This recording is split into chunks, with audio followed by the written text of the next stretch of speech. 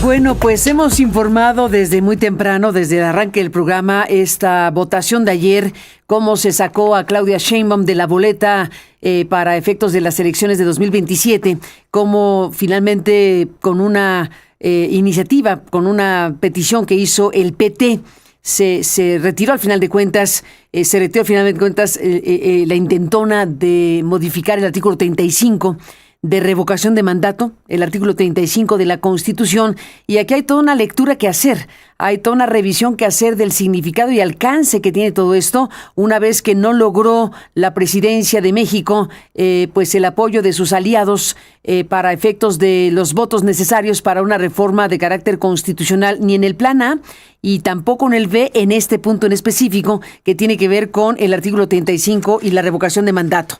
En esta revisión obligada, pues es importante convocar a las mejores mentes de este país para analizar precisamente el tema. Hemos invitado al doctor Alberto Asís Nasif. Alberto, que forma parte del Centro de Investigaciones y Estudios Superiores en Antropología Social, el CIESAS. Bueno, pues lo buscamos para escuchar su análisis y lo que estás viendo, Alberto, en un momento como este y en un tema como el que estamos aquí comentando. Buen día y bienvenido, Alberto. Carmen, muy buenos días, ¿cómo estás? Buenos días, pues empecemos por aquí, empecemos porque fue el PT, uno de los aliados del régimen, quien finalmente dio el pie para que esto no sucediera, para que Sheinbaum no estuviera en la boleta. Exactamente, y creo que esto forma parte ya de un ciclo que se termina, de varias reformas que se hicieron durante el sexenio de Claudia Sheinbaum. El hecho de que el PT, parte de la coalición gobernante, de alguna manera estuviera en contra de esta situación que era en realidad una de las simulaciones que se pretendían con el plan B, pues resulta sorprendente por un lado y al mismo tiempo te da pie para entender de qué tamaño era el plan B, que se está ahora celebrando como si fuera una gran victoria. Entonces, creo que se evitó intento de ratificación por parte de Morena, que en realidad no era un mecanismo de revocación, y así se ha venido manejando desde que López Obrador lo implementó el sexenio pasado, ¿no? Y que tampoco fue parte de un proceso de las elecciones intermedias. Entonces, creo que esto es muy importante. Yo diría lo siguiente: termina el ciclo de reformas que se abrió al inicio del sexenio, que era la herencia que había dejado el anterior presidente, López Obrador.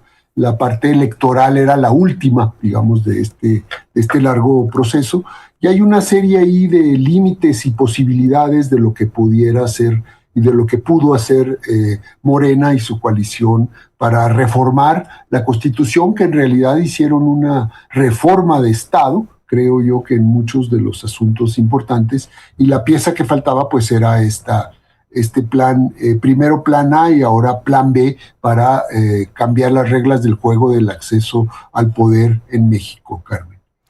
Ni más ni menos, pues sí, una ficha más de lo que dejó López Obrador encargado, digamos así. Fue un sexenio, el de López Obrador, de modificaciones constitucionales, y las que dejó encargadas, que se han ido cumpliendo una a una por parte de la Presidencia de la República y un Congreso que ahora dominan con una mayoría calificada que ayer se resquebrajó como se resquebrajó con el plan A también. Y bueno, no es otra cosa más que un asunto, yo decía hace ratito, Alberto, de carácter existencial, porque se le puso a los aliados del régimen pues un primer plan que se rechazó, y luego este segundo, en donde va de por medio su propia existencia o su disminución o su replanteamiento, incluso como figuras y tamaño que hoy tienen, que después de lo que ha ocurrido adquirieron una presencia bastante notable, no producto de los votos, sino de lo que ocurrió con la sobrerepresentación, y ahora lo que podría venir en camino para ellos es un tema de carácter existencial, pero no solo para el Verde y para el PT, sino para la propia democracia, que ya a estas alturas del partido nos están llamando autocracia electoral. A estas alturas del partido, sin esta reforma, aún sin esta reforma, sin contar esto, hemos visto el informe del Instituto Sueco, BEDEM, que coloca a México, bueno, hace una revisión mundial, pero coloca a México entre las autocracias electorales. Eso tenemos que tomarlo muy en serio. Imagínate si ya de por sí, con lo que ha pasado, nos están considerando autocracia electoral, pues agrégale este. Sí, Carmen, yo creo que si hacemos como el balance más general de lo que ha pasado con este plan A y este plan B, creo que hay de inicio una serie de errores que se cometieron por parte de la presidencia en cómo se diseñó en principio esta comisión, una comisión cerrada ahí de funcionarios, altos funcionarios de la presidencia, que no tuvo ninguna interlocución ni siquiera con sus mismos aliados de la coalición, en este caso el PT y el Verde.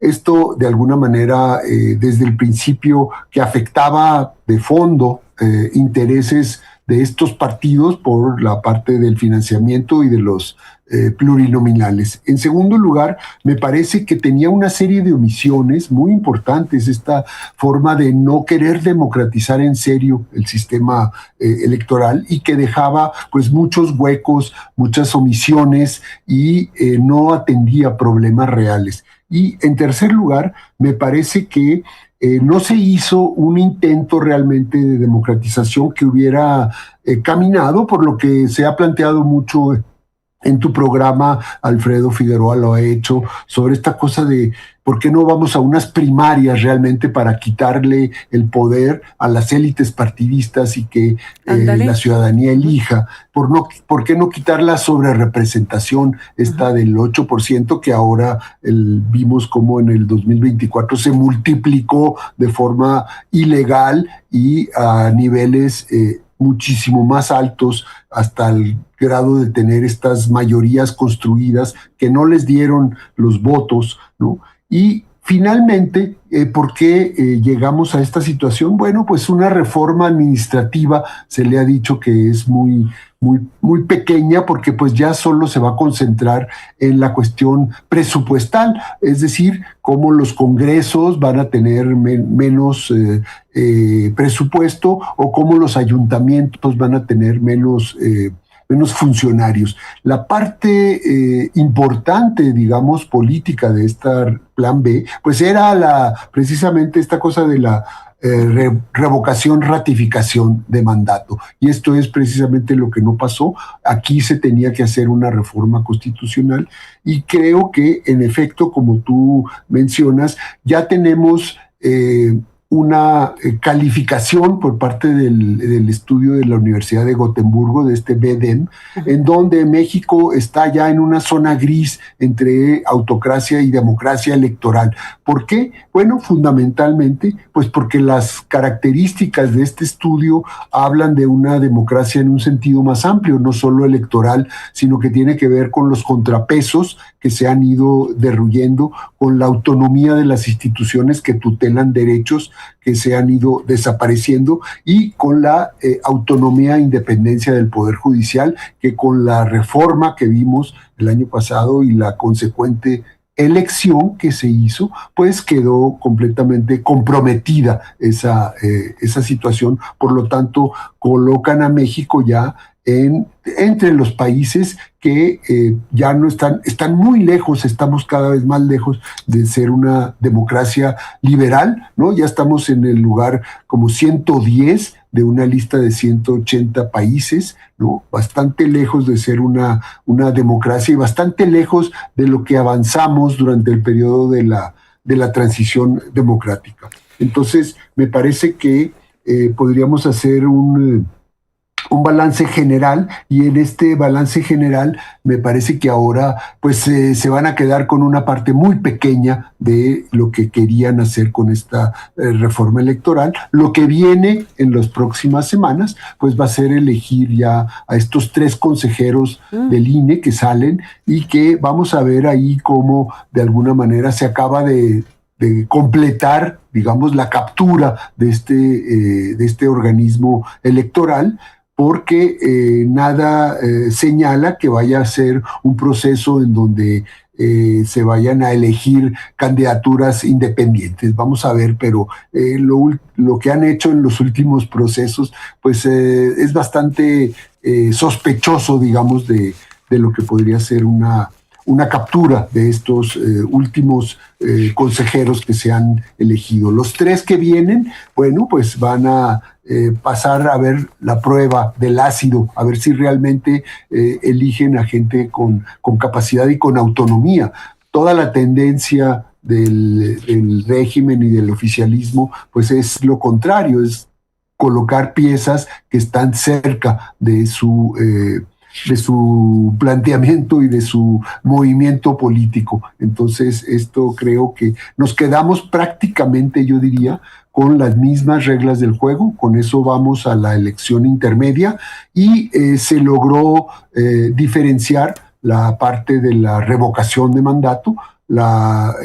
Es probable que o se hace posteriormente, algunos meses después o al año siguiente, lo cual ya tendría como un efecto, digamos, y una característica completamente distinta a quererla meter a la presidenta en la boleta de la elección intermedia para hacer esta simulación de la ratificación de mandato, ¿no? Que creo que eso es lo que era la lógica más interna y más profunda de este plan B, que finalmente no salió, fracasó el plan A, y me parece que lo que salió del plan B pues es completamente pequeño, yo diría, en términos de lo que se pretendía. Es una reforma muy chiquita, para ponerlo en esos términos, Carlos.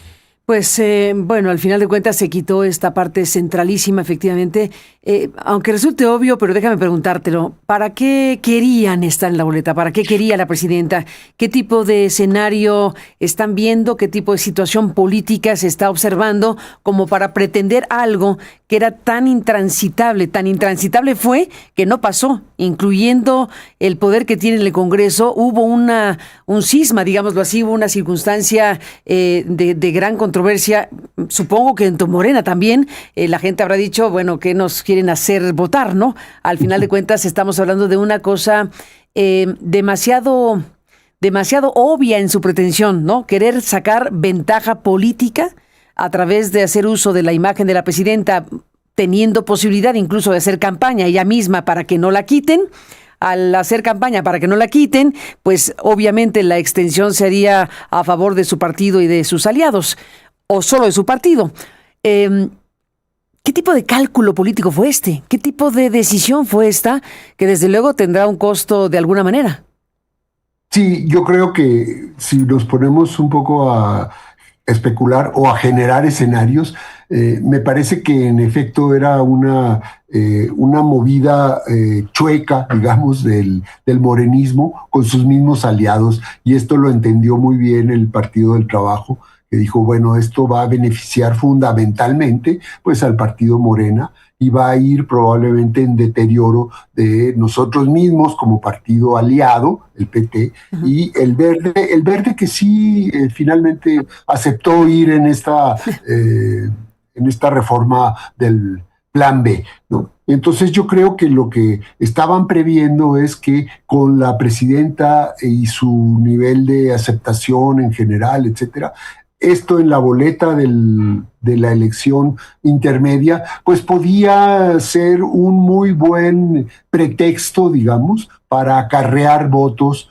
que pudieran faltarles en un escenario en donde la elección intermedia pues les puede costar, sobre todo porque la elección intermedia va a estar compuesta de muchas elecciones locales, y en las elecciones locales me parece que Morena no anda muy bien, que digamos. Es decir, si se va a hacer un voto de evaluación de los gobiernos estatales y municipales de Morena, bueno, pues hay muchos emproblemados, por así decirlo. Entonces, metiendo a la presidenta a la boleta en la misma elección, ellos querían un poco generar una inercia positiva hacia su propio hacia su propio movimiento, y creo que este era el cálculo que se había logrado, es decir, completar la forma de simulación de una manera que le diera a el partido Morena, pues todas las garantías de poder conservar su mayoría, porque está en riesgo que pueda tener su mayoría como la consiguió con la elección presidencial del 2024.